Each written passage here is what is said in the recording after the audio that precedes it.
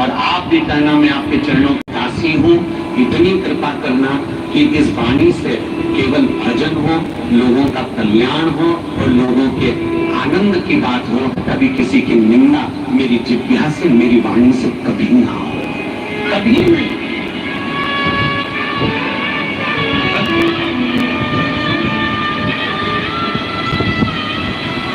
और अंत समय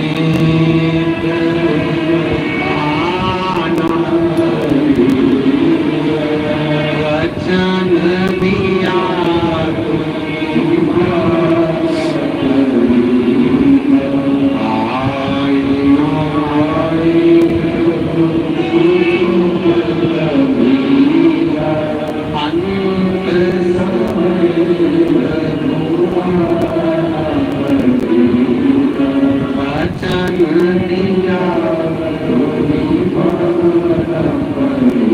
तुम जितने प्रेम से भगवान को ले जा सकते। वो कहता है अपने मन को साफ कर रखो, अपने भीतर को साफ कर रखो, अपने मकान को साफ कर रखो। मकान से मतलब है शरीर को, शरीर से मतलब है अपनी आत्मा को, आत्मा से मतलब है अपने चित्त को, अपनी वृत्ति को, अपनी दृष्टि को अच्छा बनाकर रखने का प्रयास करो।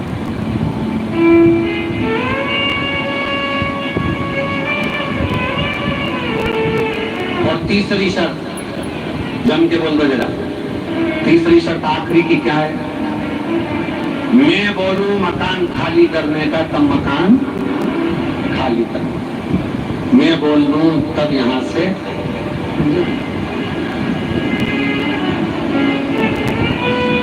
मैं बोलूं तब यहां से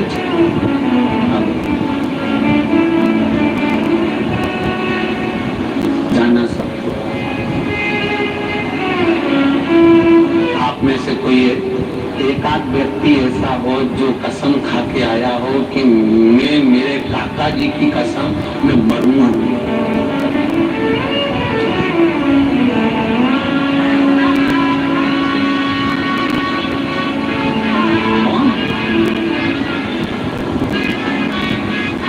हमारे काशी वाले चतुर्वेदी जी बैठे हैं, अभी सतुआ बाबा जी से कहकर उनकी अध्यक्षता में इनमें भी एक काशी में शिव महापुराण की कथा सार्वजनिक रूप से हुई है।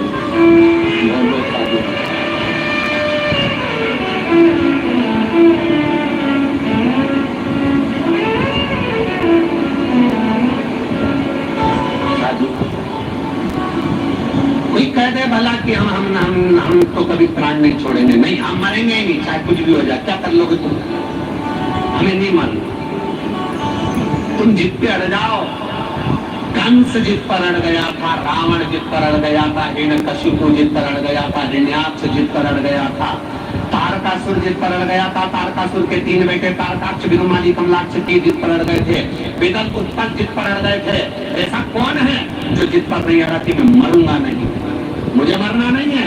और भगवान देवादिदेव महादेव ब्रह्मा जी से कहते हैं, ब्रह्मदेव जो इस भूमंडल पर एक बार जन्म लेता है उसको मरना तो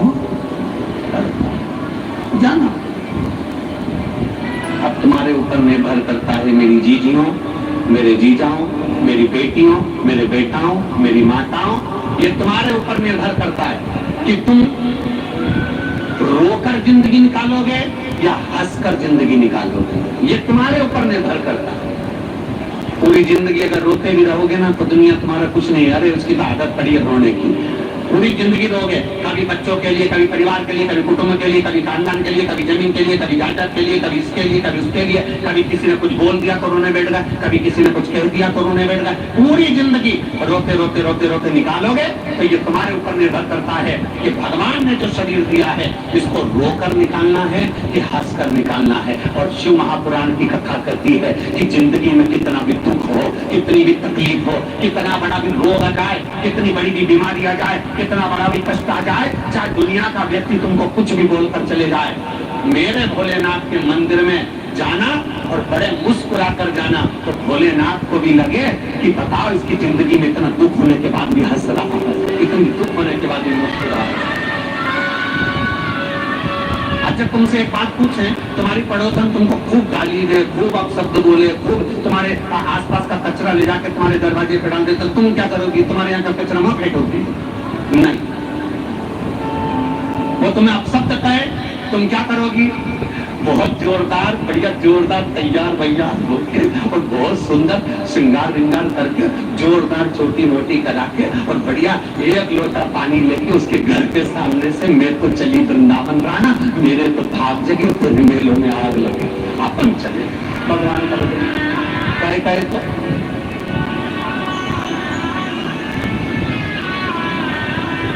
अरे देख लिया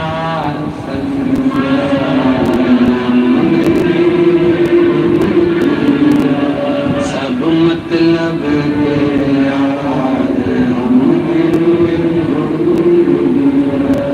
झूठे नाते झूठे झूठे नाते झूठे, अरे झूठा है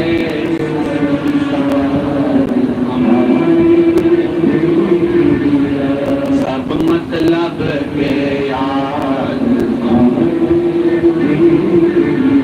आप सत्य बोलोगे आपको कोई मानेगा नहीं, झूठ बोलोगे आपको सब मानेगा।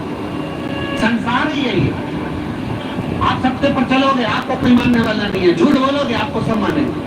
संसार ही है। फिर भी सत्य परेशान हो सकता है, सत्य थोड़ा सा लड़खड़ा सकता है, पर सत्य सत्य ही रहता है, कभी दबता नहीं, उजागर रहेगा। सत्य सत्य रहेगा। झूठ कितना भी प्रबल हो जाए, झूठ कितना भी प्रखर हो जाए, झूठ को कितना भी आगे बढ़ा दो, पर झूठ झूठ रहेगा और सत्य सत्य रहेगा। उस सत्य को कितना भी दबाया जाए, सत्य सामने आता जरूर जरूर आए। आपकी जिंदगी में दुख है ना, तकलीफ है ना, कष्ट है ना, आपके जीवन में अगर तकलीफ भी है ना, आप किसके आगे जाकर रोगे? परिवार वालों से कहोगे ना? फिर निवेदन करूंगा, आप कर्जे में आ गए, आपके ऊपर कर्जा हो गया, कर्जा हो गया, तो निवेदन है एक बार प्रैक्टिकल कर जरूर देखना। अपनी सारे मौसी, चाची, काकी, बुआ, फूफा, नाना सबको बोलना, मेरे को 15 लाख रुपए की जरूरत है, तुम दे दोगे क्या? बोलो बोलो, जम के बोलो। कोई देगा? अरे जम के तो बोलो। देंगे नहीं, बल्कि 10 जगह और फोन करके बोल लेंगे। कौन? वो बिमला भाई आई थी, वो के छोरा को लेके।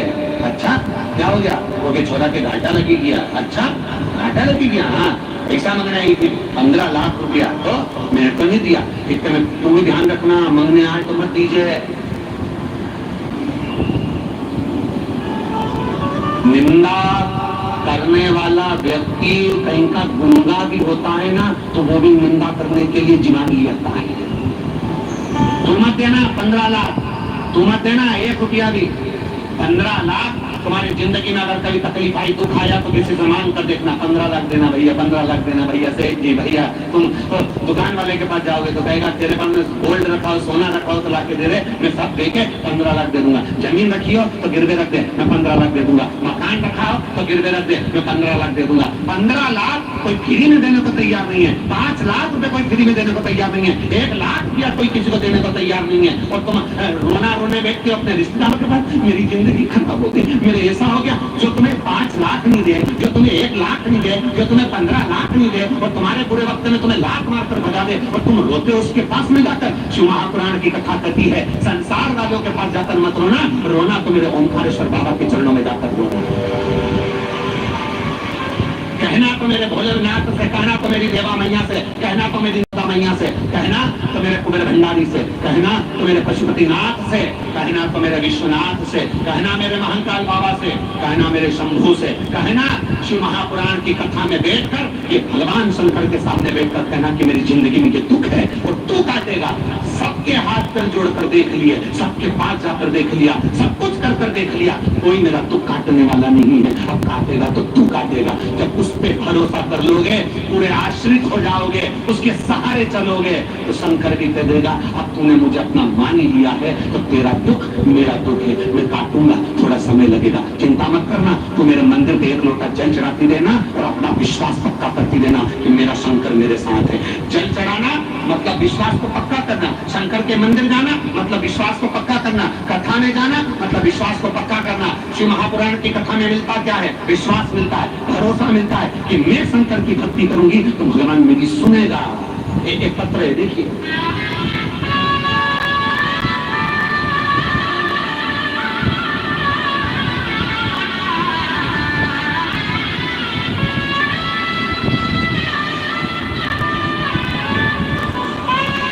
सुमन वर्मा, खरगोन, दामखेड़ा कॉलोनी की रहने वाली हूँ। सुमन वर्मा खरगोन से दामखेड़ा कॉलोनी की रहने वाली हूँ। पत्र को आप लोग एलईडी पर आस्था चैनल पर पढ़ सकते हैं। मैं सुमन वर्मा खरगोन दामखेड़ा कॉलोनी की रहने वाली हूँ, खरगोन से। मेरा मोबाइल नंबर ये है। मेरे पोते अविनाश को खरगोन के विजय लक्ष्मी हॉस्पिटल में हम लोगों ने एडमिट भी किया, बड़े से बड़े हॉस्पिटल में उसको दिखाया। सारे हॉस्पिटल में डॉक्टरों ने खूब मेहनत करी। कहीं बैठी हो तो हाथ हिला सकती है, अगर कहीं बैठी हो तो हाथ हिला सकती है। बेटे को आराम नहीं लगा, पोते को। उसकी तबीयत खराब होना चालू होती चली गई, सांस लेने में दिक्कत होती चली गई। तब डॉक्टर ने कह दिया कि इसको इंदौर ले जाओ, इसकी हालत ज्यादा सीरियस है। इंदौर लेकर गए तो उसको वेंटिलेटर पर डाल दिया गया। वेंटिलेटर पर डाला, बच्चे को होश नहीं था। डॉक्टर ने कहा इसको दिमाग का और शरीर का पैरालिसिस हो गया है। मेरे पोते को जब पैरालिसिस हो गया, दिमाग का और शरीर का पैरालिसिस हो गया है, अब ये बच्चा कितने दिन ठीक हो, कितने महीने ठीक हो, इसका कोई भरोसा नहीं है। उसको वेंटिलेटर पर डाल दिया गया, उसकी नलियां लगा दी गई। फोटो मैंने लगाया है, बच्चे का फोटो देखिएगा, बच्चे का फोटो मैंने लगाया। अब उसको नलियां लगा दी गई। दूध भी अगर उसको दिया जा रहा था तो नली से दिया जा रहा था, क्योंकि उसके ब्रेन में और उसके शरीर में पैरालिसिस हो गया था। तभी हॉस्पिटल में काम करने वाली एक भाई ने कह दिया कि तुम एक काम करो, किसी को सीहोर भेजो। वहां से रुद्राक्ष मंगवा और रुद्राक्ष का पानी इसके शरीर पर लगा। वेंटिलेटर पर पड़ा हुआ बच्चा, और हमने रुद्राक्ष का जल, रुद्राक्ष लेने के लिए सीहोर गए, वहां से रुद्राक्ष लेकर आए, शिव जी का पूजन कर आए और वहां का रुद्राक्ष का पानी उसके शरीर पर लगाना प्रारंभ करा। रात्रि को 9:15 वाला जो उपाय है शंकर जी का, वो करना प्रारंभ करा। डॉक्टर ने कह दिया था कि ये 6 महीने में उठे, 3 महीने में उठे, 5 महीने में उठे, इसकी कोई गारंटी नहीं है। पर मेरे बाबा ने तुरंत 15 दिन के अंदर ही मेरे पोते को खड़ा कर दिया। ये मेरे देवादिदेव महादेव की कृपा है। लाइन अच्छी लिखी है, आप और हम गुनगुनाते हैं। खाली ना जाता कोई दर से तुम्हारे, खाली ना जाता दर से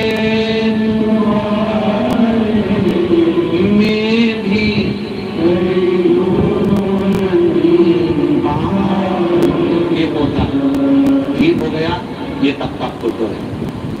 जब पोता ठीक हो गया, ये तब का फोटो है। गुरु जी, मैं अपने पोते को लेकर आई हूँ कथा में। अगर कहीं बैठी हूँ तो आप व्यासपीठ पर आकर बेलपत्र ले जा सकती हैं। कहीं बैठी हूँ तो आ सकती। शिव तत्व है, शंभु ओगड़ी है, उसका करा गया भरोसा, उसका करा गया विश्वास, उस पर करी गई दृढ़ता कभी खाली नहीं गई।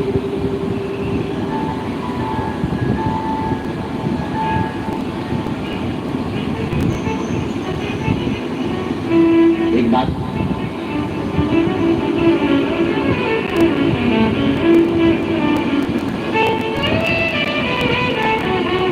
दवा कब तक काम करती है? आगे बढ़े। दवा तब तक काम करती है जब तक तुम जिंदा हो। मरने के बाद दवा काम करेगी नहीं, कहीं का निपट गया और उसको फिर डॉक्टर से कह दो ग्लूकोज की बोतल चढ़ा। इनको दवा क्या देना है वो बताओ, इनको क्या दवाई दी जाए वो बताओ। श्वास चल रही है, शरीर चल रहा है, जिंदा हो तब तक दवा काम करती है, मरने के बाद दवा काम नहीं करती। उसी तरह जब तक जिंदा हो भगवान शंकर की ऐसी भक्ति करना कि दुआ तुम्हारे जीते जीवे और मरने के बाद भी काम करे।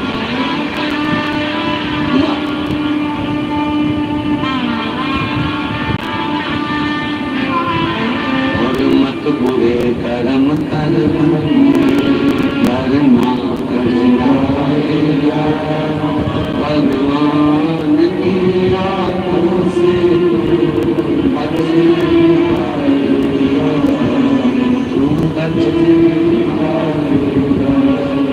अरे ओ अज्ञानी मत अरे ओ मत तेरे कर्म का फल भी तू ही पाएगा, जैसा किया तेरे आगे मत बुरे कर्म वरना पछताएगा। भगवान की आंखों से बच नहीं पाएगा, वो बच नहीं पाएगा। भगवान शिव मेरे ओघड़दानी, मेरे त्रिकालदर्शी, मेरे कैलाशी, मेरे अविनाशी,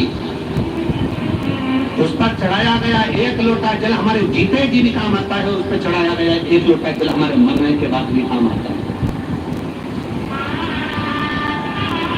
लोग कहते हैं कोई मर गया, उसका पिंडदान किसी ने किया कि नहीं किया।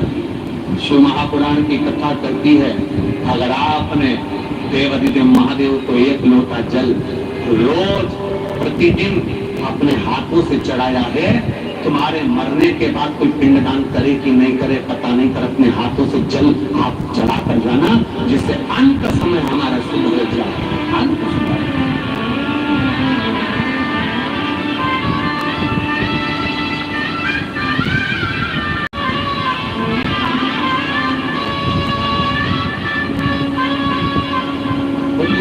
यही काम है, यही स्मरण।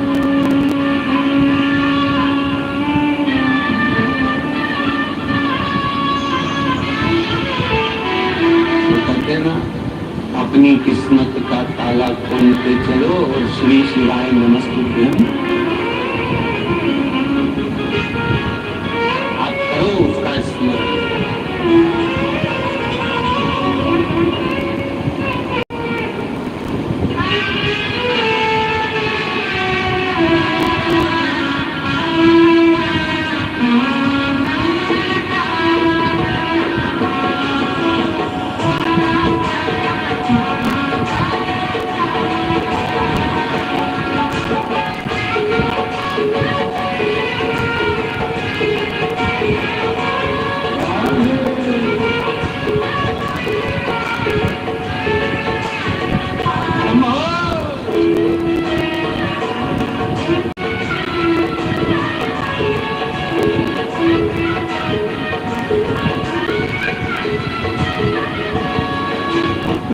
किस्मत का ताला हो,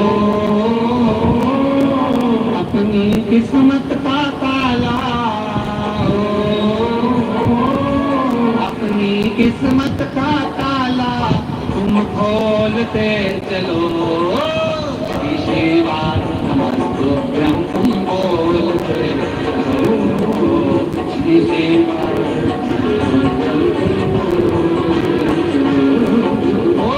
शिवाय नमस्तुभ्यम तुम बोलते चलो।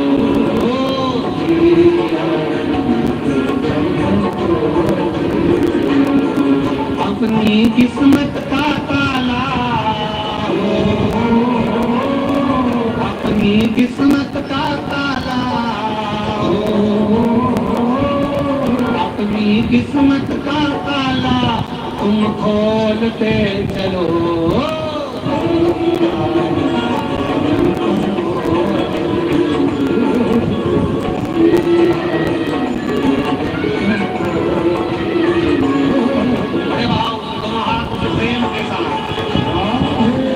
जितने रोडों पर बैठे हुए हैं, पेड़ों के नीचे, दुकानों में, बड़े भाव के साथ आनंद लो।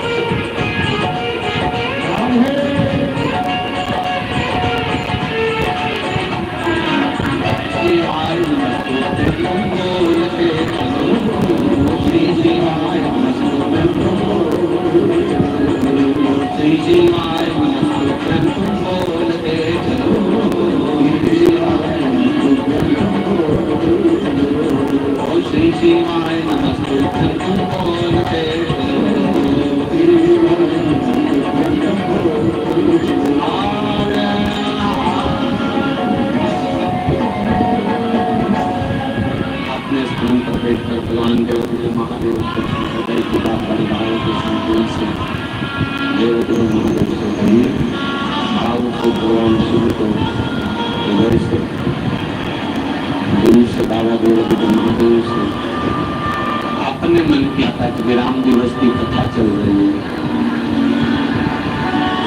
जहाँ जगह मिल जाए वहाँ बैठकर भगवान देवदेव महादेव से भाव के साथ, आनंद के साथ दिल से प्रार्थना करिए, दिल से निवेदन करिए।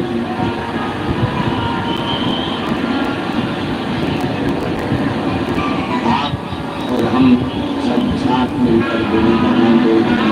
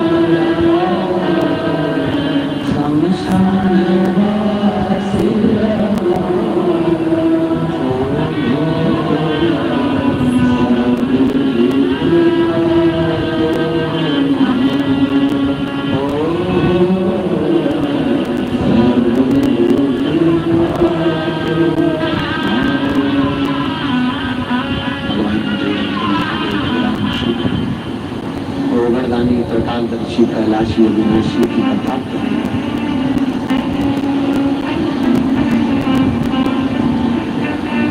शिव मंदिर में चढ़ाया गया जल हमारा बदल देता है कल, ये निश्चित है। थोड़ा समय लग सकता है, थोड़ा समय लगेगा, थोड़ा समय आप और हमको लग सकता है, और ये निश्चित है कि जीवन में एक लहर, अगर आपने देवादिदेव महादेव की आराधना करी है, भगवान शंकर की कथा सुनी है, शिव मंदिर में जाकर, शिवालय में जाकर एक लोटा जल यदि समर्पित करा है, तो ये विश्वास मानकर चलना कि एक लहर सुख की, दुख हरने की भगवान जरूर बुलाकर देगा और तुम्हारा जीवन सुखी होगा। एक लहर जरूर आएगी।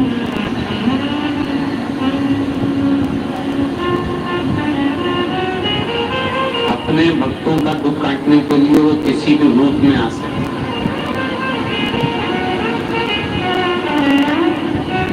किसी भी तरह से। भगवान शंकर एक बार विराजमान थे, उनके नयन माता पार्वती जी ने अपने हाथों से बंद कर दिए। अब अर्धांगिनी है मां,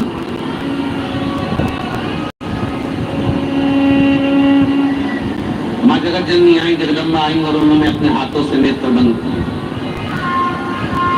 पार्वती जी के हाथ का स्पर्श, नयनों से अश्रु टपकना भोलेनाथ जी का, उससे एक बेटे ने जन्म ले लिया जिसका नाम अंधकासुर।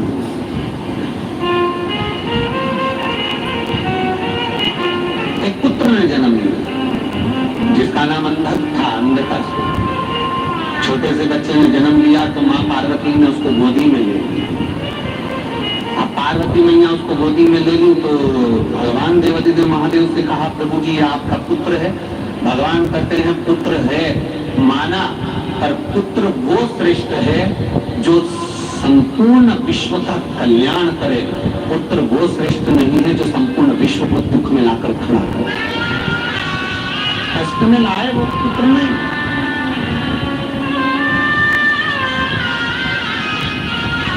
पार्वती जी इसको ले जाओ, समुद्र में फेंक दो इसको। पार्वती जी बोले, समुद्र के अंदर मैं अपने बच्चे को क्यों फेंकूं? पार्वती जी ये श्रेष्ठ नहीं है क्योंकि मेरे नेत्र बंद करने के बाद ये प्रकट हुआ।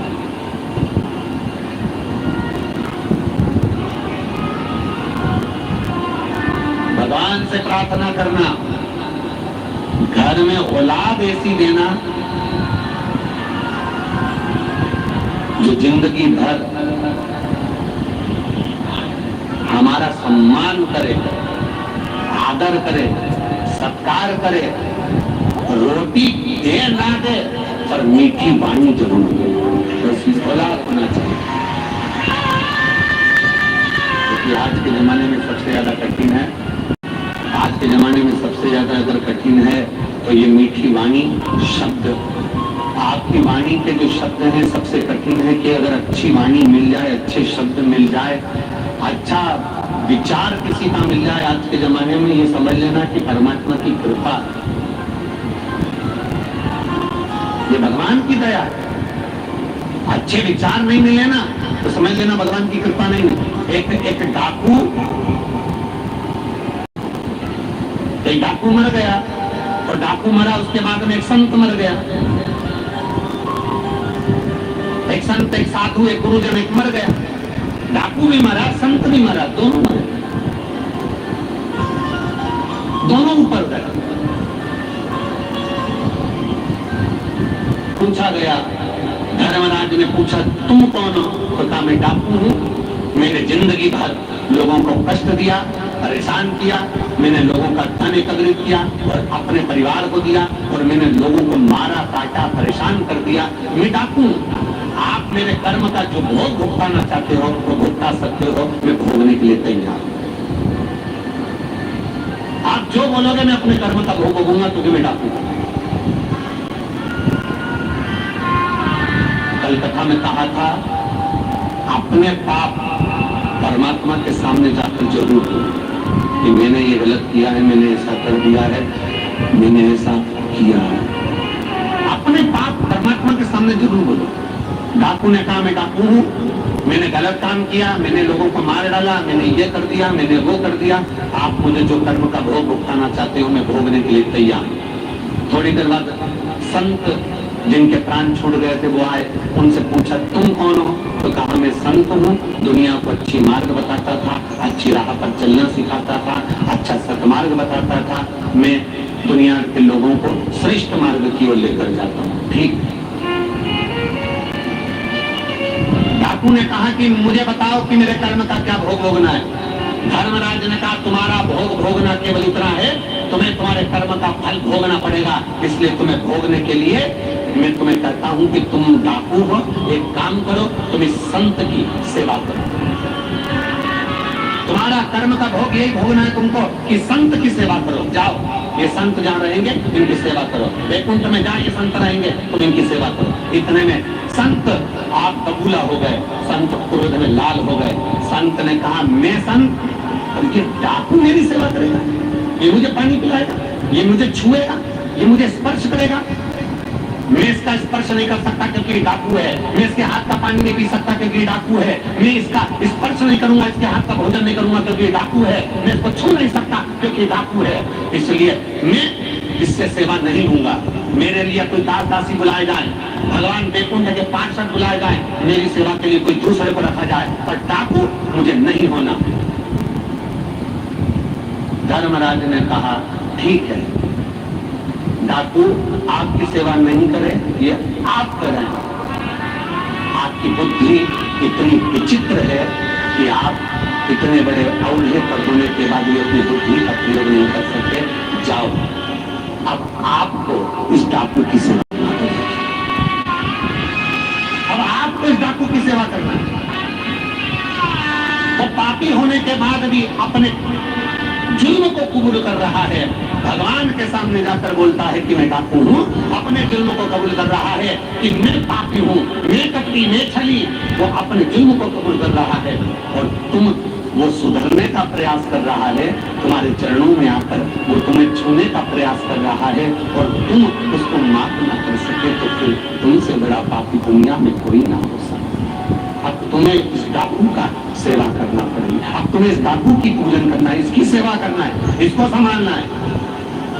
अर्थात शास्त्र कहता है, हमारा वेद, हमारा पुराण, हमारा शास्त्र कहता है कि दुनिया में फिर कलवादी बात आपको फिर कह रहे हैं। एक, अपन ने जो पुण्य करा, अपन ने जो अच्छा किया, लोगों को पानी पिलाया, भोजन कराया, ये कराया, वो कराया, एक अपने पुण्य का डिंडोरा मत पीटो, एक अपने पुण्य का बखान मत करो कि मैंने क्या करा, और दूसरा अपने दूसरे के पाप का बखान बिल्कुल मत करो कि दूसरे ने कौन सा पाप कर दिया, दूसरे ने क्या गलत कर दिया, उसका भी डोंडी हमको नहीं पीटना, ना हमारे पुण्य की पीटना है, ना दूसरे के पाप की पीटना है। हमें तो एक काम करना है, जाई विधि राखे राम भाई, जाई विधि राखे राम।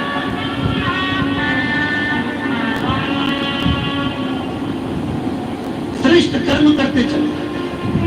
भगवान शिव के मंदिर में जाओ, एक लोटा जल चढ़ाओ, झाड़ू लगाओ, पोछा लगाओ। कौन तुमसे कह रहा है? कोई तुमसे कह रहा है कि देखो ये सियोर वाले महाराज की चेली आ गई, तुमसे लोग कहेंगे ये आ गई सन्यासन भाई, ये आ गई नर्मदा जी की चेली, ये आ गई भोलेनाथ की भक्तन। दुनिया के लोग तुम पे ताने देंगे, अपशब्द कहेंगे, गालियां देंगे, आड़ा टेढ़ा कहेंगे। तुम घबराना नहीं, बिल्कुल मत घबराना, एक रत्ती का मत घबराना। अगर कोई कहे कि ये आ गई सियोर वाला महाराज की चेली, ये आ गई शंकर जी की भक्त, ये आ गई कथा सुनने वाली, ये देखो ये चल दी एक लोटा पानी लेकर, नहीं घबराना नहीं। जब मेरी माँ जगत जननी जगदम्बा एक लोटा जल लेकर महादेव को चढ़ा सकती है, माँ उमा, माँ कात्यायनी, कुष्मांडा, स्कंदा, गणेश जी, कार्तिकेय, इंद्रदेव, वरुण देव, ऐसा कौन देव है जिसने भगवान के ऊपर जल नहीं चढ़ाया? एक देवता का नाम बता दो जिसने शिव की आराधना न करी हो, जिसने शंकर की आराधना न करी हो। एक देव ऐसा जिसने शिव की आराधना न करी हो, जिसने भगवान शंकर की आराधना न करी हो। संपूर्ण विश्व के जितने देवाधिदेव महादेव संसार में है, जितने देवाधिदेव महादेव की आप और हम पूजन करते हैं, वो भगवान शंकर की आराधना में लगे रहते। कोई गाली दे, शिव के मंदिर को मत छोड़ना। कोई अपशब्द कहे, शिव के मंदिर को मत छोड़ना। कोई कहे मेरे ऊपर कितना दुख आ गया, अब मैं मंदिर नहीं जाऊंगी, भगवान ने मेरी सुनी नहीं, मैं मंदिर नहीं जाऊंगी। नहीं, उसके दरवाजे जाते रहो, उसके चौखट पर जाते रहना और उसको अपना चेहरा दिखाते रहना, जिससे उसको भी मालूम पड़े कि इसको इतना दुख देने के बाद भी ये मेरी दरवाजे को नहीं छोड़ी है, मतलब ये मेरी है। कहीं पे ताना देने वाले देंगे, अपशब्द करने वाले कहीं है। बंजर भूमि पर अगर बीज बोगे तो 4 लोग अकल देने के लिए आएंगे, अरे जमीन बेकार है रे, काहे को बीज बो रहे।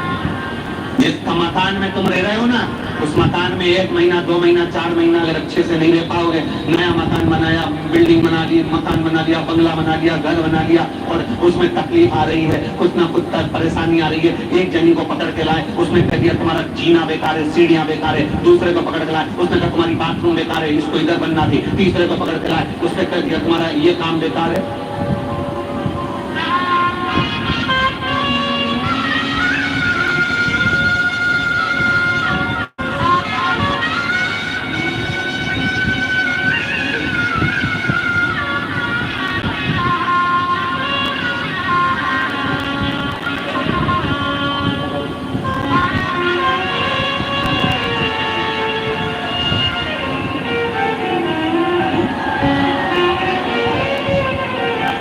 ये बच्चा वेंटिलेटर पर चला गया था, इसको माइंड का और शरीर का दोनों का पैरालिसिस हो गया था।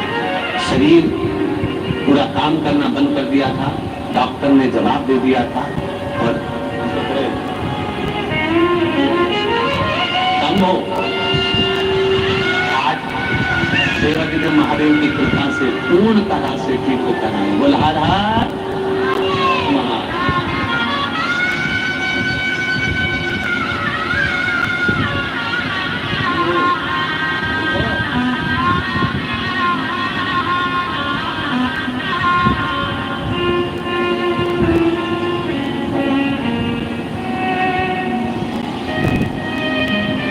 तेरी कृपा बिना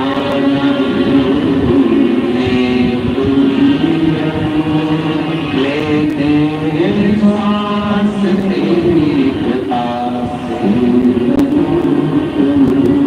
काम क्या करूं मैं, राखोगे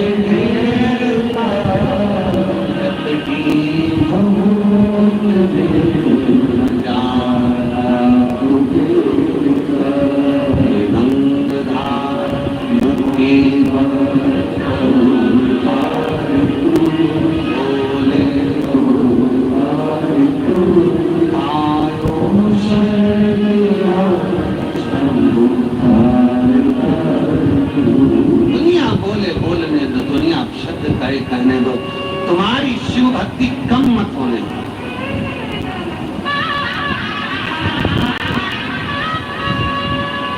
तुम्हारा भजन कम मत होने दो।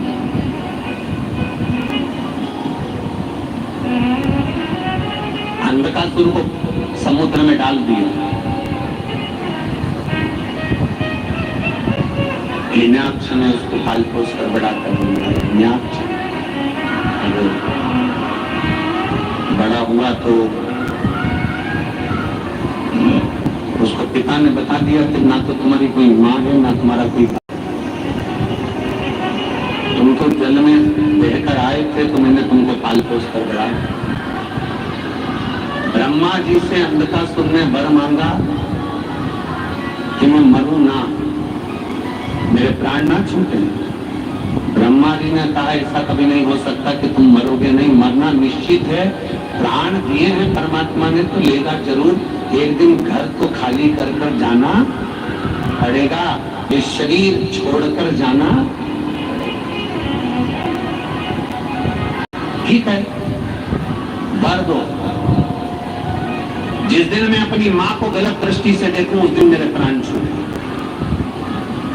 तो किसको मालूम था मेरी माता कोई नहीं है, मेरा पिता कोई नहीं है, इसको लगा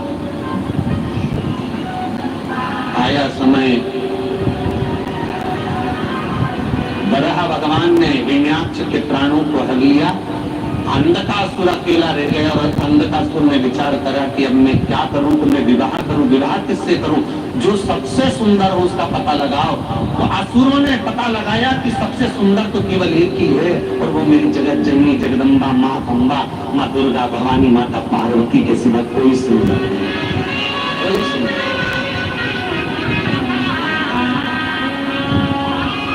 माँ से बराबर कौन सुंदर हो?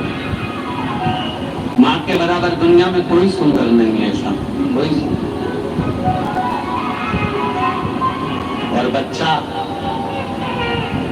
बेटा बेटी, माता पिता के बच्चे कैसे भी है ना, पाँव से अगर तकलीफ है, कान से तकलीफ है, शरीर काला भी है, कैसा भी है, बच्चा कैसा भी है, पर किसी माँ बाप से पूछा जाए कि उसकी औलाद की कीमत उसके लिए क्या है, तो हमेशा अपने बच्चे को चांद का टुकड़ा ही कहती है।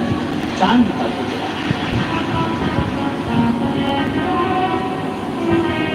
मेरा बेटा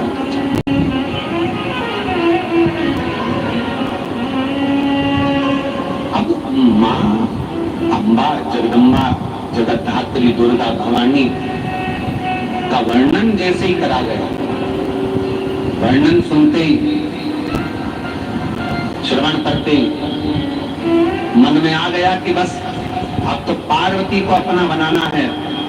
कहाँ मिलेंगी माता पार्वती को? अपना बनाने के लिए जा रहा है कि पार्वती से विवाह में। उनकी तो शादी हो गई, उनका तो विवाह हो गया, विवाह हो गया, हाँ शादी हो गई। हाँ, किनके साथ? देवदेव महादेव के साथ, शिवजी के साथ। हाँ, तो वो तो शमशान के वासी हैं, ओघड़ी हैं, कैलाश पर रहते हैं, उनके पास तो कुछ भी नहीं है, उनके पास तो कुछ भी नहीं है। मेरी बहुओं से निवेदन है, कभी भी गलत फहमी में मत रहना कि सास के पास कुछ भी नहीं है। कभी गलत फहमी में मत रहना। मेरा बहुओं से निवेदन है, कभी ये गलत फहमी में मत रहना कि तुम्हारे गुरु के पास कुछ नहीं है। कभी गलत फहमी में मत रहना कि तुम्हारे ससुर के पास कुछ नहीं है। कभी गलत फहमी में मत रहना कि तुम्हारी सास के पास कुछ नहीं है। अगर धन नहीं होगा ना, तो दिल की दुआ, आशीर्वाद बहुत होगा, और वही तुम्हारा कल्याण कर देगा, वही तुम्हें सुख का अनुभव करा देगा, वही तुम्हें आनंद का अनुभव करा देगा, वही तुम्हें खुशियों का अनुभव करा देगा, प्रसन्नता। नहीं चाहिए चाबी, नहीं चाहिए दौलत, नहीं चाहिए धन। प्रयास करना कि माँ बाप का आशीर्वाद मिल जाए ना। अगर माता पिता की दौलत मिल भी गई और बच्चे अच्छे नहीं निकले, मालूम पड़ा शेयर मार्केट में पैसा लगा दिया, कहीं डब्बे में पैसा लगा दिया, व्यापार में लगाया, पूरा नाश करके बैठ गया, मदिरा में लगा दिया, जुए में लगा दिया, सब नाश कर बैठ गया। और अगर धन नहीं भी मिला ना, और बुजुर्गों का आशीर्वाद मिल गया, घर के माता पिता का आशीर्वाद मिल गया, किसी बुजुर्ग का अगर आशीर्वाद मिल गया, तो याद रखना, भले जमीन नहीं मिली, दौलत नहीं मिली, पर बुजुर्गों का, माता पिता का अगर आशीर्वाद मिल जाता है, तो वीराने में भी महल बना लेता है, और नहीं तो महल को भी वीराना बना देता है। आशीर्वाद चाहिए।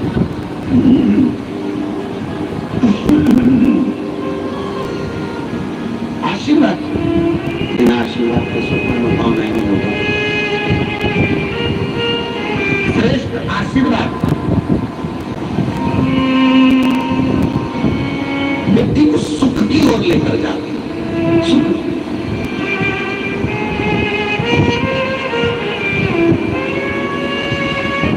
अंध का सुख गया, सामने माता पार्वती जी कुछ कार्य कर रही है। अब घर की स्त्री है, घर की नारी है, काम में लगी रहती है।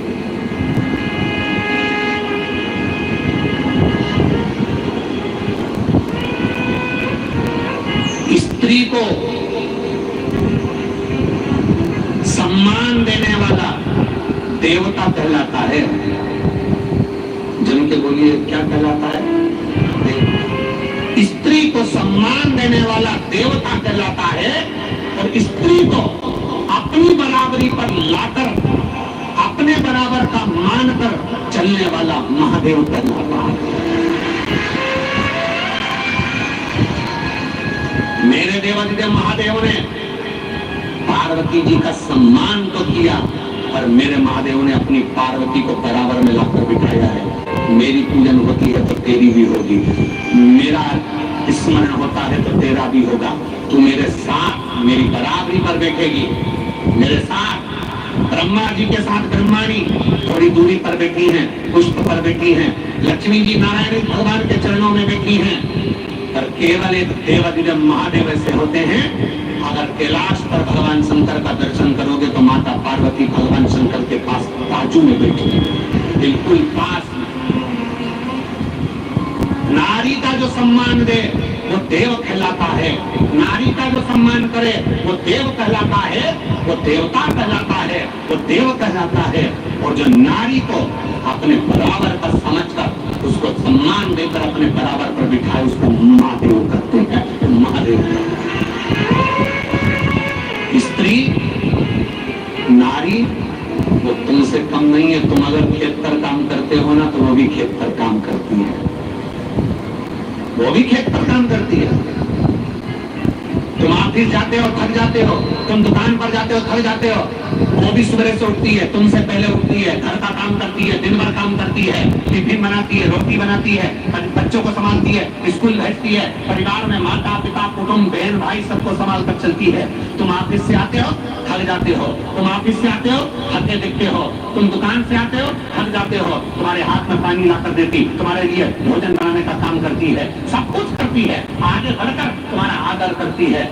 और हम क्या समझते हैं कि ये हमसे छोटी है, हम इसको ऐसा करें, हमेशा दबा कर चले ना। मेरे शंकर भगवान ने माता पार्वती को अपने बराबर का समझा और बराबर के लेवल पे लेकर चले। सम्मान दीजिए। तुम काम कर रहे हो तो वो भी काम कर रही है, तुम कमा रहे हो तो वो भी घर में कार्य कर रही है, एक बराबर का काम करती है, एक बराबर का। और किसी किसी नौकरी करने वाली मेरी जीजियों को देखना, सर्विस करने वाली मेरी बहनों को देखना, सर्विस करने वाली मेरी बेटियों को देखना। पति भी नौकरी कर रहा है, पत्नी भी नौकरी कर रही है, उस घर की स्थिति देखना। पति नौकरी पर जा रहा है, पत्नी नौकरी पर जा रही है। पति नौकरी पर जाने से पहले अपना काम करता है, तैयार वैयार होगा, सामान लेगा, चलेगा। पत्नी नौकरी पर जाने से पहले अपने बच्चों की व्यवस्था करती है, पत्नी नौकरी पर जाने से पहले अपने घर की व्यवस्था करती है, पत्नी सुबह उठकर नौकरी पर जाने से पहले सारी व्यवस्था कर जाती है। तुम भी नौकरी से आते हो, वो भी नौकरी से आती है, तुम भी सर्विस से आते हो, वो भी सर्विस से आती है। तुम सर्विस से आते हो, बैग पटक कर सोफे पर बैठकर रिमोट लेकर टीवी देखने बैठ जाते हो, और वो सर्विस से आते से ही कपड़े बदलते से रसोई घर में जाकर तेरे लिए चाय बनाकर ला कर देती है। सर्विस वो भी कर रही है, सर्विस तुम भी कर रहे हो, नौकरी वो भी कर रही है, नौकरी तुम भी कर रहे हो। भगवान शंकर की कथा कहती है नारी को सम्मान देना तुम देव कहलाओगे, पर नारी को बराबर पर लाकर खड़ा कर देना तुम महादेव कहलाओगे। अपने बराबर का समय ये मेरे साथ है, कदम से कदम मिलाकर चलने वाली मेरी अर्धांगिनी, मेरी पत्नी, मेरी नारी, मेरी स्त्री, मेरी माँ, मेरे घर की मेरी बहन, मेरे घर की बहू, मेरे घर की बेटी, मेरी घर की पत्नी, ये मेरे साथ कदम से कदम मिलाकर चलने वाली है। मेरी दुख की घड़ी में मेरी पत्नी, मेरे माता, मेरे पिता, मेरी बहन, ये मेरे साथ खड़े हैं, मेरी तकलीफ में मेरे साथ खड़े। घर की स्त्री को तुम अपने बराबर का समझोगे तो दुनिया में कभी नहीं हार सकते, आगे बढ़कर निकल कर चले जाओ। स्त्री को बराबर कर लाई।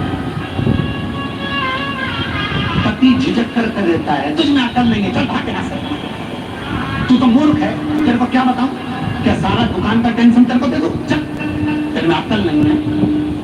और जब फंस जाते हो तब वही अकल देती है, सुनो मेरे पास में सोने का मंगलसूत्र और 2 चूड़ी रखी है, तुम कुछ गलत काम मत करना, तुम मरने की नहीं सोचना। हो गया ना, कोई बात नहीं, ये मंगलसूत्र चूड़ी ले जाओ, सुनारतियां देना और कह देना थोड़ा सा पैसा दे दे, मेरे को कर्जा हो गया है, बाद में वही काम आती है। और फिर निवेदन करूंगा, दुख की घड़ी में जैसे घर का सोना दुकान पर चले जाता है, पैसा आ जाता है तो तुम्हारा कर्जा चूक जाता है। दुख की घड़ी में अगर सोना दुकान पर जाता है, दुख की घड़ी में तुम्हारी जमीन गिरवे रखाने के लिए जाती है तो निवेदन करूंगा, दुख की घड़ी में सोना दुकान पर जाए, जमीन गिरवे पर जाए, उससे पहले तुम मेरे महादेव के चरणों में एक लोटा जल चढ़ाने चले जाओ।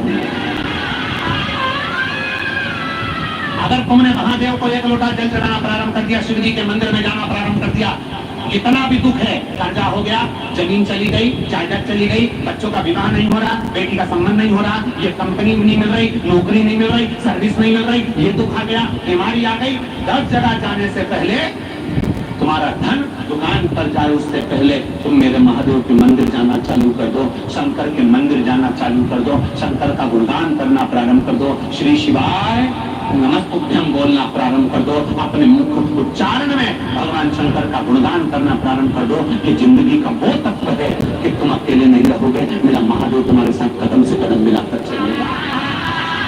हमसे किसी ने कहा, गुरुजी भगवान भक्त के पीछे चलता है, हमने ऐसा सुना है, भक्त को सपोर्ट करने के लिए, भक्त को सहायता देने के लिए भगवान पीछे पीछे चलता है। हमने उससे कहा, हमारी शिव महापुराण की कथा कहती है भगवान भक्त के पीछे नहीं चलता, मेरा महादेव तो अपने भक्त का हाथ पकड़कर साथ चलता। मेरा शंकर, मेरा ओघरदानी, मेरा प्रकालदर्शी हाथ पकड़कर साथ चलता है, वो पीछे नहीं चलता, वो साथ चलता। और हमारे साथ हैं भोलेनाथ जी, किस बात की शरण में रख दिया जब मात को किस बात की। हमारे साथ हैं भोलेनाथ, शरण में रख दिया जब मात को किस बात की। क्या चिंता करना, अरे अब सौंप दिया सब,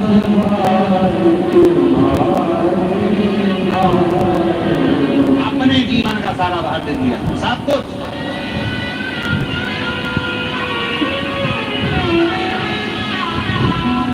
संपूर्ण भार दे तो मेरे भोलेनाथ जी को, जो होगा देखा जाएगा।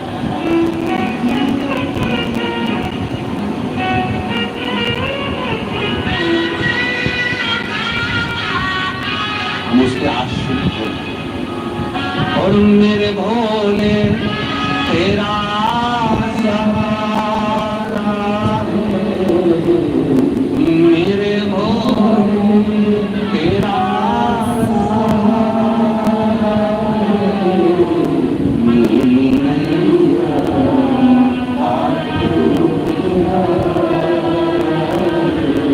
मेरी नैया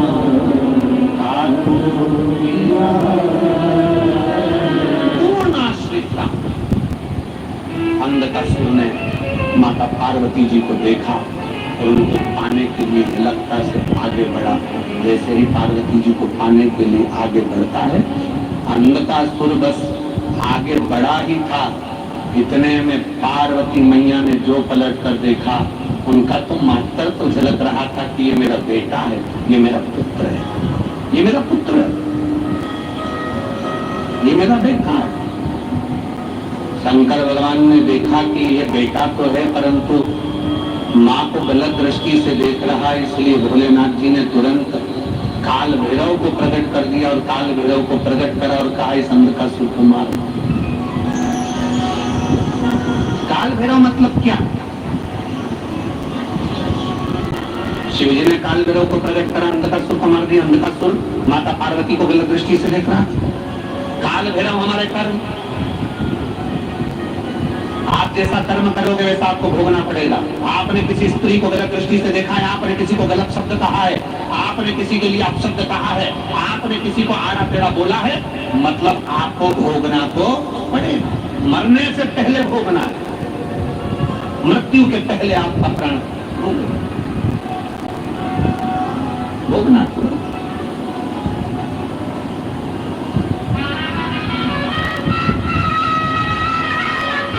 शिव कथा को काल भैरव को प्रकट करा, अंधकासुर के प्राण छूट गए। अंधकासुर के प्राण छूटे तो हिरण्यकशिपु को मालूम पड़ गया कि मेरा भतीजा मर गया, मेरा भतीजा मर गया, और देवताओं ने मार दिया भतीजे को। क्रोध आ गया हिरण्यकशिपु को, और हिरण्यकशिपु को क्रोध आया, और क्रोध आया तो वो तप करने गया। तप करने गया तो इसकी पत्नी गर्भ से थी। इसको देवताओं ने विचार करा कि ये हिरण्यकशिपु की पत्नी है, गर्भ में जो बच्चा होगा वो भी हिरण्यकशिपु जैसा होगा। देवता पत्नी को लेकर जाते हैं तो देव ऋषि नारद छुड़ा लेते हैं। पत्नी को छुड़ाया, देव ऋषि नारद ने गर्भवती नारी को, हिरण्यकशिपु की पत्नी को इतना ज्ञान दिया कि गर्भ में जो बालक था वो जन्म लेते से भगवान के नाम का इलाप करा तो उसका नाम प्रहलाद हो गया।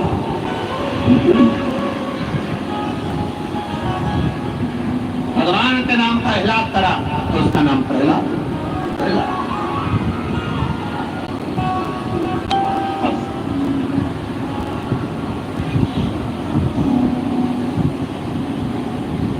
सुनिए ना प्रहलाद की कथा, अरे बोलो तो जनता सुनिए ना, सबने सुनी है ना। बोलते तेल में डाल दिया गया, मरा, अग्नि में डाल दिया गया, मरा। खोलता तेल क्या है, अग्नि क्या है? संपूर्ण दुनिया का आडंबर, प्रपंच, दुनिया का क्रोध, अपशब्द सब प्रहलाद पर दिए गए, पर प्रहलाद नहीं। बहुत ध्यान देना महाराज, आज के बेटा बेटी जरा सा एग्जाम में पास नहीं हो पाते और मरने की सोच लेते हैं। घाटा लग गया, मरने की सोच लेते हैं। किराए के मकान में रहते रहते जिंदगी निकल गई, अब काय की जिंदगी, मरने की सोच लेते हैं। पैसे की कमी आ गई, मरने की सोच लेते हैं। शिव महापुराण की कथा कहती है, कितना भी कर्जा हो, कितना भी दुख हो, कितनी भी तकलीफ हो, बार बार प्रयास करो, अच्छी मेहनत करो, अच्छी लगन से काम करो, पर मरने का विचार मत करो। ज्यादा जो लोग अगर ज्यादा ताने दें तो उनकी छाती पे बैठ के मुंह गलो, पर मरने का प्लान मत करो। हमने कई बार कथा में कहा, कई माताएं झगड़ा करके अपने घर चली जाती है, झगड़ा करा और अपने घर को जाए। झगड़ा हो भी गया ना, घर नहीं जाऊंगी। घर के लोग कहेंगे ना, जा तेरे बाप के घर जा, तेरे माता जी के घर जा, तेरे भाई के घर, तो उसको स्पष्ट बोलता नहीं जाऊंगी, जा जाना, जा नहीं जाऊंगी, नहीं जाऊंगी। और कितनी भी लड़ाई हो जाए, खाना मत छोड़ो, बिल्कुल मत छोड़ो। कितनी भी लड़ाई हो जाए, अपनी पेंटिंग मत छोड़ो, कितनी भी।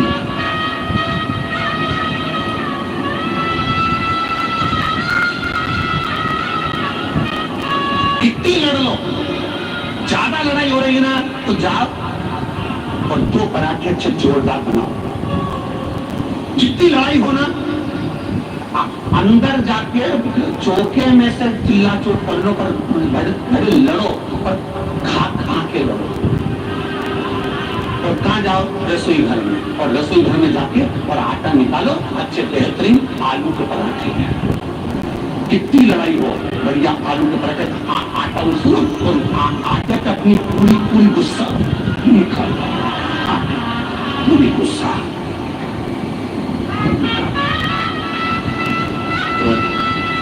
पराठे तो ये सब पराठे पे अपना गुस्सा निकालो, पर घर छोड़ के कितना ही झगड़ा हो जाए, कितनी लड़ाई हो जाए, तुम्हें भड़काने वाले, तुम अगर झगड़ा कर चली जाओगी ना, तुम्हारे परिवार के लोग, तुम्हारे मायके में भी ऐसे लोग मिलेंगे, घर के लोग कुछ तो समझाने वाले मिलेंगे, और कुछ ऐसे मिलेंगे, हाँ देंगे, अपन तो केस कर देंगे, तलाक ले लेंगे, यही करे, क्या करना, 5-10 लाख रुपए ले लेंगे, जान दो उधर, दूसरी जगह शादी कर देंगे। नहीं, बल्कि समझाओ, अभी तो ऐसा ही मिला है, भाग्य में जो लिखा होगा वो ही होगा। अभी तो ये मिला है, इससे भी जोरदार मिल गया तो इसलिए जाएंगे धीरा राम, ताएंगे धी रहिए सीताराम सीताराम सीताराम। किया अभिमान को तू मान नहीं पाएगा, होगा वही प्यारे जो मेरे राम जी को कल आशा त्याग शुभ काम करके जानूंगी धीरा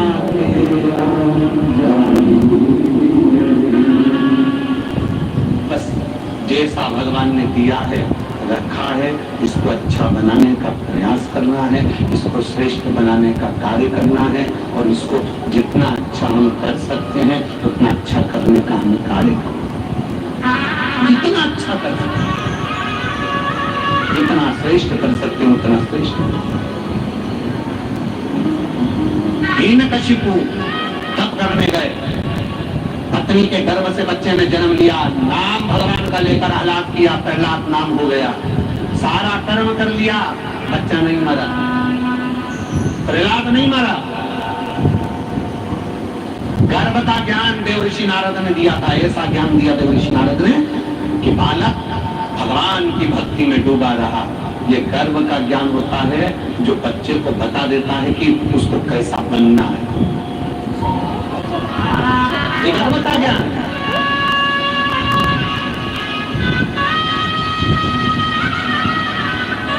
इसलिए पहले की माताएं कहती थी कि गर्भ में जब बच्चा रहे रामायण सुनो, भागवत सुनो, शिवपुराण सुनो, भजन करो, कीर्तन करो, गीता जी पढ़ो। बहुओं से कहती थी माँ कि भजन कीर्तन करो, और आज के जमाने में तो डॉक्टर कह देता बेड रेस्ट।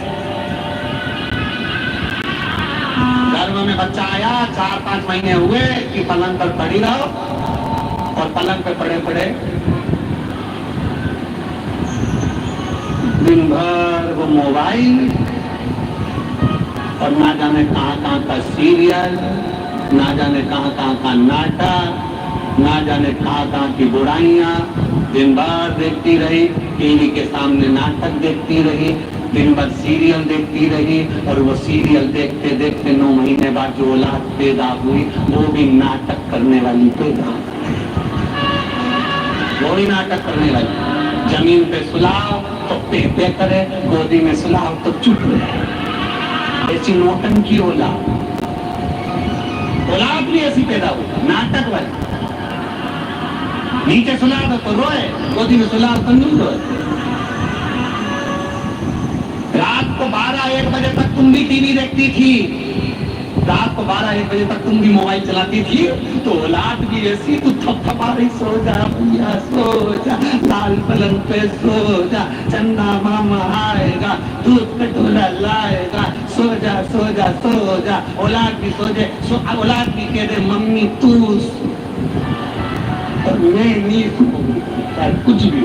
इतनी सी औलाद 12-1 बजे तक रोई, और जैसे माँ के सोने का समय हुआ बस उसकी माँ की आंख में नींद आई, और इतने में ये रोना चालू, क्योंकि इसको मालूम है नाटक तुमने करा है, तुमने भी नाटक करूंगा, तुमने नाटक देखा है, मैं भी नाटक देखूंगा। बस तो उसमें सीरियल का पूरा असर आया ऊपर, सीरियल पूरा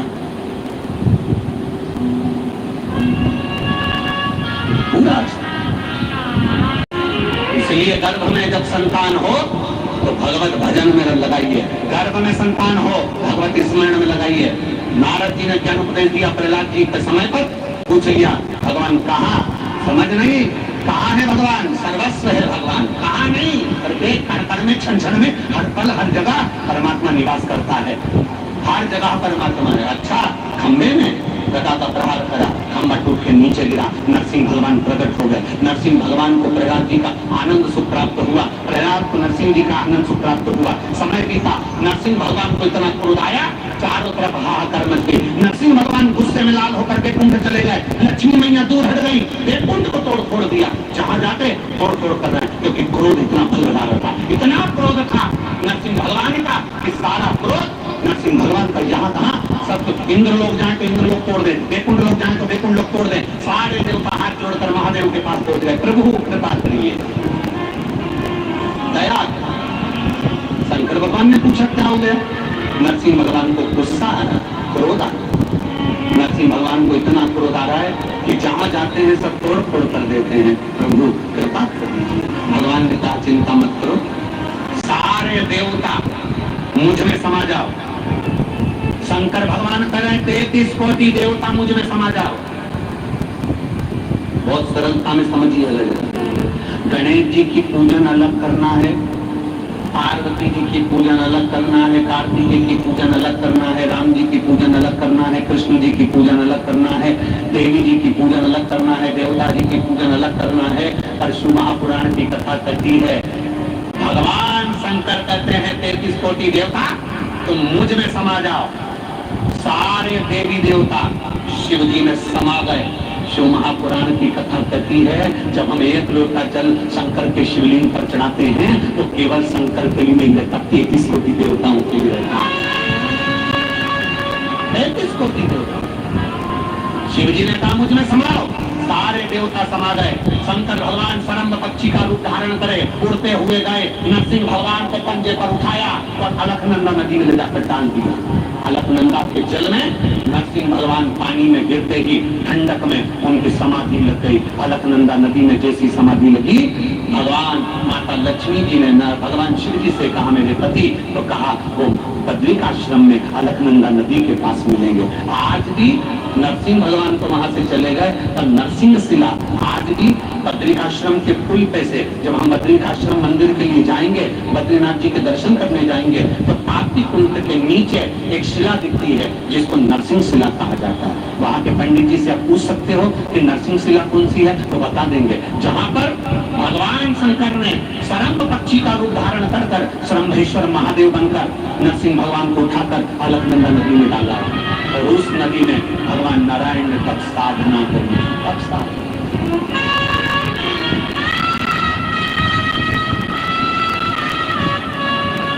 तब साधना में ऐसे शिव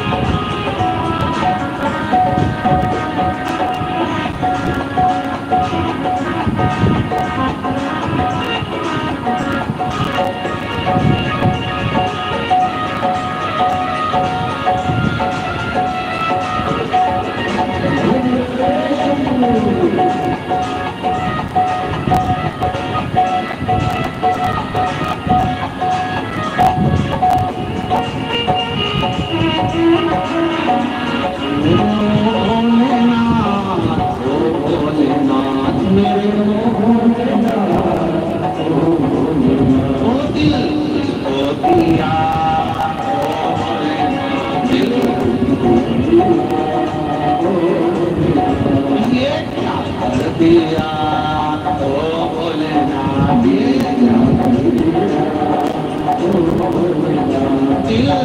खो दिया ओ भोलेनाथ ये क्या कर दिया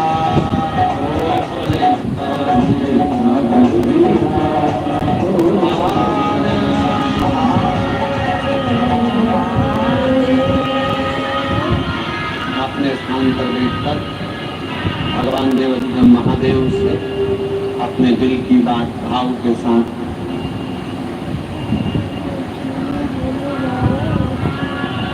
बड़े दिल से प्रार्थना करना है। जहाँ जगह मिले वहां बैठकर बड़े स्नेह से बाबा को प्रार्थना करें, दिल से नमन करें, दिल से करें।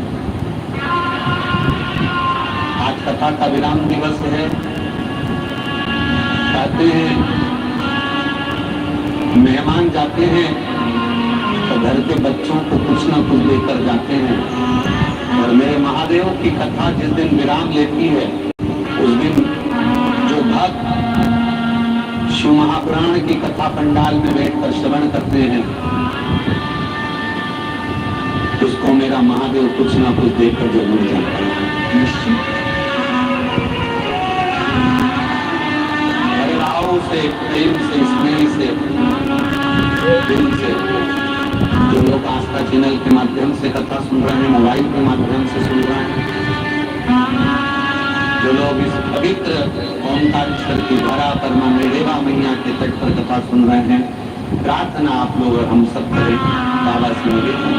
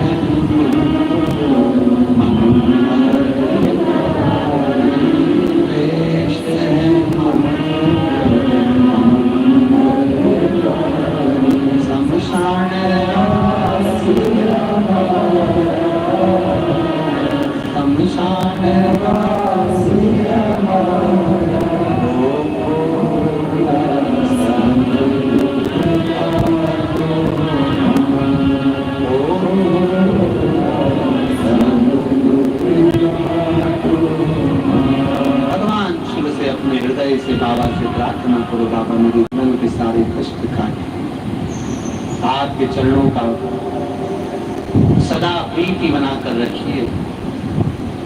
शिव कथा कह रही है, भगवान स्तंभेश्वर अवतार होता है, फिर बाद में सुंदर भावों के साथ में 12 ज्योतिर्लिंग का प्रसंग वर्णन आता है, जिसमें 12 ज्योतिर्लिंग की कथा का हम स्मरण करें। उससे पहले संपूर्ण माहेश्वरी समाज को, पूरे देश और विदेश में बैठी हुई संपूर्ण माहेश्वरी समाज को आज महेश नवमी की बहुत बहुत बधाई, बहुत बहुत बधाई। शिव कृपा से अपने नजदीक में, अपने नगर में, अपने आसपास में कभी शिव महापुराण की कथा कुबेरेश्वर बाबा की पवित्र भूमि से चलकर आपके यहाँ पहुंचे तो उसको दिल से सुनना, क्योंकि कथा केवल अकेली नहीं आती है, इस कथा के रूप में मेरा कुबेर भंडारी आपका भंडार बनने के लिए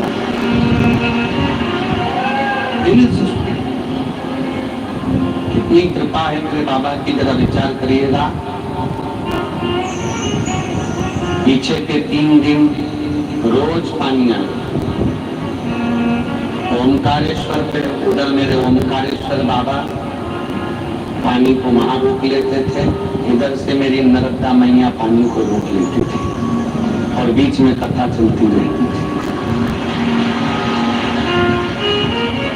उधर भी खूब पानी गिरा, सनावत, इधर मोटक्का आसपास के क्षेत्र में खरगोन खंडवा में खूब हवा पानी चलता रहा। पर मेरे बाबा ने ये किसको शिव कृपा कर संभाल। 7 दिन कथा के बाबा ओघड़ दानी ने संभाल कर ये पवित्र कथा का स्थान। कोई करने वाला है तो वो देव अधिदेव महा, उसके सिवा संसार में कोई कुछ नहीं कर सकता। मैं तो कहूंगा गंडई वालों को, आपके यहाँ जो कथा होने वाली है 18 तारीख से दोपहर में 2 बजे से 5 बजे तक, दिल से सेवा करो, दिल से सुनो और अपने जीवन में धारण करो। और उसके बाद में वो कथा 24 तारीख को पूरी हो जाएगी। 30 तारीख को जो विदिशा में होने वाली है, मध्य प्रदेश में वैसे भी शिव महापुराण की कथा का करने का मौका हमको कम ही मिल पाता है, क्योंकि बाहर ही ज्यादा जाना पड़ता है। और विदिशा की पवित्र भूमि पर कथा मिल रही है। आसपास सिरोंज, विदिशा, बैरसिया, रायसेन, पूरे क्षेत्र के लोग ये विदिशा की जो 30 तारीख से कथा है उसको अपने जीवन में धारण कर मेरे महादेव, मेरे कुबेर भंडारी आपकी विदिशा में पधार कर पवित्र शिव महापुराण कथा का लाभ दें, उसको अपने जीवन में उतारो और एक बार प्रयास करो कि बाबा की कथा सुनने का फल क्या होता है, उसका लाभ क्या होता है। प्रयास करिए, वो शिव तत्व है। प्रथम सोमनाथ जी का वर्णन किया, काय का रोग हो गया था, चंद्रदेव को भगवान शंकर ने ठीक किया तो सोमनाथ के रूप में विराजमान हुए। कार्तिकेय बाबा रुष्ट होकर चले गए तो मल्लिकार्जुन के रूप में विराजमान हुए। दूषण नाम के राक्षस का संहार करने के लिए काल अधिपति महाकाल बन गए। ओंकारेश्वर बाबा का चरित्र आपको पहले भी वर्णन करा। बिंद नामक पर्वत में तप कर भगवान शिव को विराजित करा और भगवान ओंकारेश्वर के रूप में विराजित हो। अगला वर्णन आता है श्री केदारेश्वर का, नर नारायण ने तप कर शिव जी को विराजमान किया। भीमा शंकर, कुंभकर्ण के बेटे भीम को मारने के लिए शंकर भगवान प्रकट हुए और कुंभकर्ण के बेटे भीम का संहार किया तो शिव जी का नाम भीमा शंकर हो गया। अगला वर्णन है काशी विश्वनाथ, मनु शत्रुता के तप करने पर भगवान शंकर काशी में विराजमान हुए। फिर वर्णन आया है त्र्यंबकेश्वर का, गौतम बाबा पर गौ हत्या का दोष लग जाता है। उस दोष से मुक्त करने के लिए भगवान ब्रह्मा विष्णु महेश तीनों प्रकट हो, 3 शिवलिंग के रूप में प्रकट होकर गौतम बाबा का माहिया का कल्याण कर। माहिया शिव कथा करती है। वैद्यनाथ बाबा का वर्णन किया, रावण भगवान शंकर को लेकर चले और शिव जाना नहीं चाहते थे लंका, इसलिए मध्य में ही विराजमान हो गए तो वैद्यनाथ जी के रूप में विराजमान।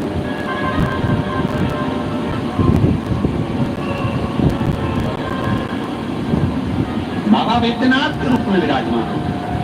भगवान शिव ओघड़ दानी है, शंकर ओघड़ दानी, त्रिकालदर्शी, कैलाशी, अविनाशी शिव तत्व प्राप्त। कभी मौका मिले 12 ज्योतिर्लिंग में जाकर भगवान शंकर का दर्शन करिए। कभी मौका मिले श्रावण महीने में भगवान देवदेव महादेव को जल समर्पित करिए। कभी मौका मिले तो श्रावण में 2 लोटा जल शंकर को चढ़ाने का प्रयास करिए।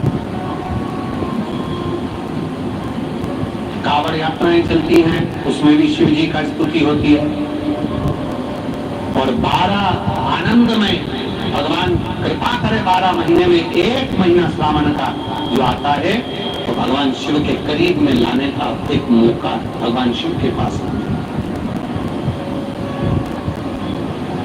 आप लोग तो कावड़ यात्राओं का बहुत दर्शन करते हैं, जाते भी हैं। कभी एक बार मौका मिले ना तो सीवन नदी से 11 किलोमीटर की कावड़ भराती है मेरे कुबेर भंडारी। माँ सीवन का जल कुबेरेश्वर महादेव को चढ़ता है। 11 किलोमीटर तक बाबा की कावड़ जाती है। इस बार की जो कावड़ है हमारे साथ में चलने वाली वो 18 अगस्त दिन रविवार की रहेगी। आप सब आमंत्रित हैं बाबा की कावड़ यात्रा में जरूर करें। आपकी बार की कावड़ जाएगी सीहोर से कुबेरेश्वर धाम 11 किलोमीटर की। वो प्रेम से बाबा का भजन करते हुए, आनंद करते हुए, भक्ति करते हुए 18 अगस्त की एक दिन की कावड़ का आप भी आनंद लेने के लिए और बाबा के उस आनंद में मेले में पड़ा। वैसे तो पूरा सावन का महीना ही कुबेरेश्वर महादेव पर कावड़ चलती है। आसपास के गांव के लोग कावड़ ले लेकर बाबा कुबेर भंडारी के यहाँ आते हैं। पर एक दिन हम भी माँ सीवन का नदी का जल लेकर से बाबा कुबेर भंडारी के यहाँ जल चढ़ाने के लिए चले। आपके साथ पैदल पैदल बाबा का भजन करते हुए बोल बम का नारा है। और जो लोग सीहोर की कावड़ भरे होंगे उनसे पूछना साल भर में मेरे बाबा ने क्या क्या नहीं दिया उनको, उनसे पूछो। जो बच्चा बच्ची नौकरी के लिए आदि कार्य के लिए आते हैं, रोग मुक्ति के लिए आते हैं, बाबा ने क्या नहीं दिया उनसे पूछिए। समय आया, आगे वर्णन आता है सुंदर वैद्यनाथ जी का, फिर वर्णन आया है सुंदर नागेश्वर का। दारुक नाम के राक्षस के संहार भगवान ने करा, नागेश्वर के रूप में विराजमान हुए। फिर अगला वर्णन आया श्री रामेश्वर जी का। राम जी ने स्थापना कर भगवान शिव की पूजन कर लंका पर चढ़ाई। अगला वर्णन है कृष्णेश्वर का। सुधर्म नाम के ब्राह्मण की 2 पत्नी थी, सुदेहा भूष्मा। भूष्मा के बेटे को सुदेहा ने मार दिया था। तब भूष्मा के बेटे को भगवान शंकर ने जीवित वापिस करा। शिव जी का नाम कृष्णेश्वर महादेव। क्या नाम पड़ा? कृष्णेश्वर। कृष्णेश्वर महादेव भगवान शिव का नाम पड़ जाता। भगवान शंकर आनंद की राशि द्वारा ज्योतिर्लिंग में विराजमान है, ज्योति के पुंज के रूप में। तो रूपा जी चंचुला देवी से कहते हैं, चंचुला तुम्हारा पति प्रेत योनि से मुक्त होता है और तुम अभी तक जो बेतव्य थी, इस शिव महापुराण की कथा सुनने के बाद तुम अखंड सौभाग्यवती होती और अपने पति के धाम को चली जाती। जो मनुष्य, जो नारी, पुरुष, स्त्री, बच्चे, बूढ़े भाव से इस पवित्र शिव महापुराण की कथा को श्रवण करते हैं, वो भगवान शिव कहते हैं मेरे धाम को। 12 ज्योतिर्लिंग की इस पवित्र धरा पर बिठले सेवा समिति द्वारा जो दूसरी कथा, पहली उज्जैनी, दूसरी ओंकारेश्वर में यहाँ आज विराम लेने जा रही है। ग्रामीण क्षेत्र के रहवासियों ने, दोनों विधायक महोदय ने और हमारे टेंट वाले श्री नरेंद्र साहू जी को मैं धन्यवाद देता हूँ, जिन्होंने बड़ी मजबूती से बड़े आनंद के साथ यजमान पद को ग्रहण किया और यजमान पद के साथ में पूरा ध्यान इन्होंने टेंट पर भी दिया और मेरे नाथ जी के चरणों में भी दिया। साधु आया, मैं धन्यवाद देता हूँ माननीय विधायक महोदय नारायण जी पटेल जी को, माननीय सचिन जी बिरला जी को, जिन्होंने अपनी टीम और पूरा आनंद। आप तो बैठे रहिए, आज बाबा की आरती ना हो तब तक ना जाएं, 2-4 मिनट की और देरी है। पूरा आनंद लेकर आप लोग जाइएगा। जल्दी किस बात की है? ट्रैक्टर नहीं छूटेगा, ट्रॉली नहीं छूटेगी, बस नहीं छूटेगी, गाड़ी नहीं है। बाबा का मेला ठेला है, थोड़ा समय लग सकता है पर आनंद लेकर जाइए। बहुत बहुत साधुवाद दे रहा हूँ इस क्षेत्र के पंचायत महोदय को, पुलिस प्रशासन को, कलेक्टर महोदय को, एसपी, एसएसपी, कमिश्नर, टीआई और एक पुलिस बल को, जिन्होंने धूप में, पानी में खड़े होकर ये अपार लाखों की संख्या में आए हुए भक्तों को संभाला है। मैं धन्यवाद देता हूँ पार्किंग व्यवस्था को संभालने वालों को, भोजन व्यवस्था संभालने वालों को, भोजन बनाने आई छत्तीसगढ़ की टीम को, हलवाई साहब को और वेणुगोपाल जी को, जिन्होंने इस सुंदर भोजन व्यवस्था को संभाला। सारे गांव के सरपंच, पटेल जितने भी हैं, पंचायत के सदस्य सब ने, एक एक कार्यकर्ता ने, मैं किसी का नाम नहीं लेना चाहता क्योंकि किसी का नाम चूक जाएगा तो मुझे दुख होगा। एक एक बच्चे ने, एक एक व्यक्ति ने इस संपूर्ण कार्य को संभाला। मैं संपूर्ण पुलिस प्रशासन को, संपूर्ण कलेक्टर महोदय आदि कमिश्नर आदि, एसपी एसएसपी और टीआई महोदय और चिकित्सा विभाग और जितने भी विभाग है प्रशासन के, सबको साधुवाद देता हूँ जिन्होंने इतनी अच्छी व्यवस्था यहाँ करी है और भाव से ये कथा आज यहाँ विराम की ओर जा रही है। मैं आभार व्यक्त करने के लिए हमारे बीच में दोनों विधायकों को आमंत्रित करता हूँ कि ज्यादा लंबा समय न लेते हुए 2-2 मिनट का आभार व्यक्त करेंगे। पुलिस प्रशासन से मैं आमंत्रित करता हूँ व्यासपीठ का पूजन करने के लिए माननीय एसएसपी महोदय जी को।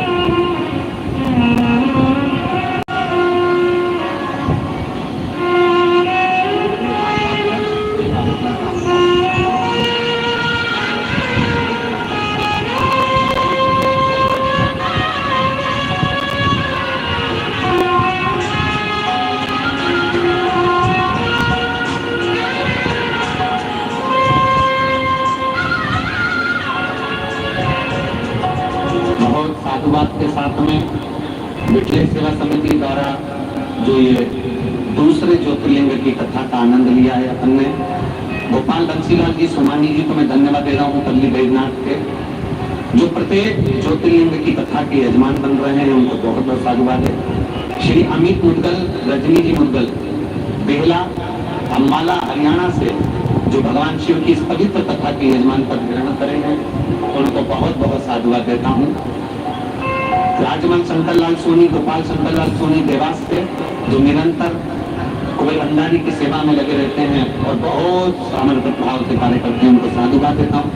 संजय मणि चंद्र गवदे सोलापुर से, ये भी कुबेर भंडारी के बहुत अच्छे भगत हैं और दिन भर बाबा की सेवा में तल्लीन रहते हैं। श्री दामोदर ममता चांडक महेश्वरी रायपुर छत्तीसगढ़ से, जो निरंतर भगवान कुबेर भंडारी की भक्ति में लगी रहती है, उनको भी साधुवाद है। स्वर्गीय कमल किशोर साहू, श्री नरेंद्र जी साहू, माँ कर्मा टेंट हाउस नागपुर को साधुवाद देता हूँ, जिन्होंने जजमान पद भी ग्रहण करा और साथ में संपूर्ण व्यवस्थाएं संभाली। उसके लिए साहू जी आपको बहुत बहुत साधुवाद और आपकी पूरी टीम को साधुवाद है। मैं साहू जी को आमंत्रित करता हूँ एक बार पधारें, जिन्होंने बहुत लगनता से कार्य करा और टेंट की व्यवस्था बहुत यजमान तो है और साथ में जो टेंट की व्यवस्था आपने करी है उसके लिए साधुवाद है, बहुत बहुत साधुवाद। अब मैं विधायक महोदय जी से निवेदन करूंगा आपके उद्बोधन में 2-2 शब्द सूक्ष्म रूप में दोनों करते हुए आभार व्यक्त करेंगे और उसके बाद में आरती प्रारंभ होगी।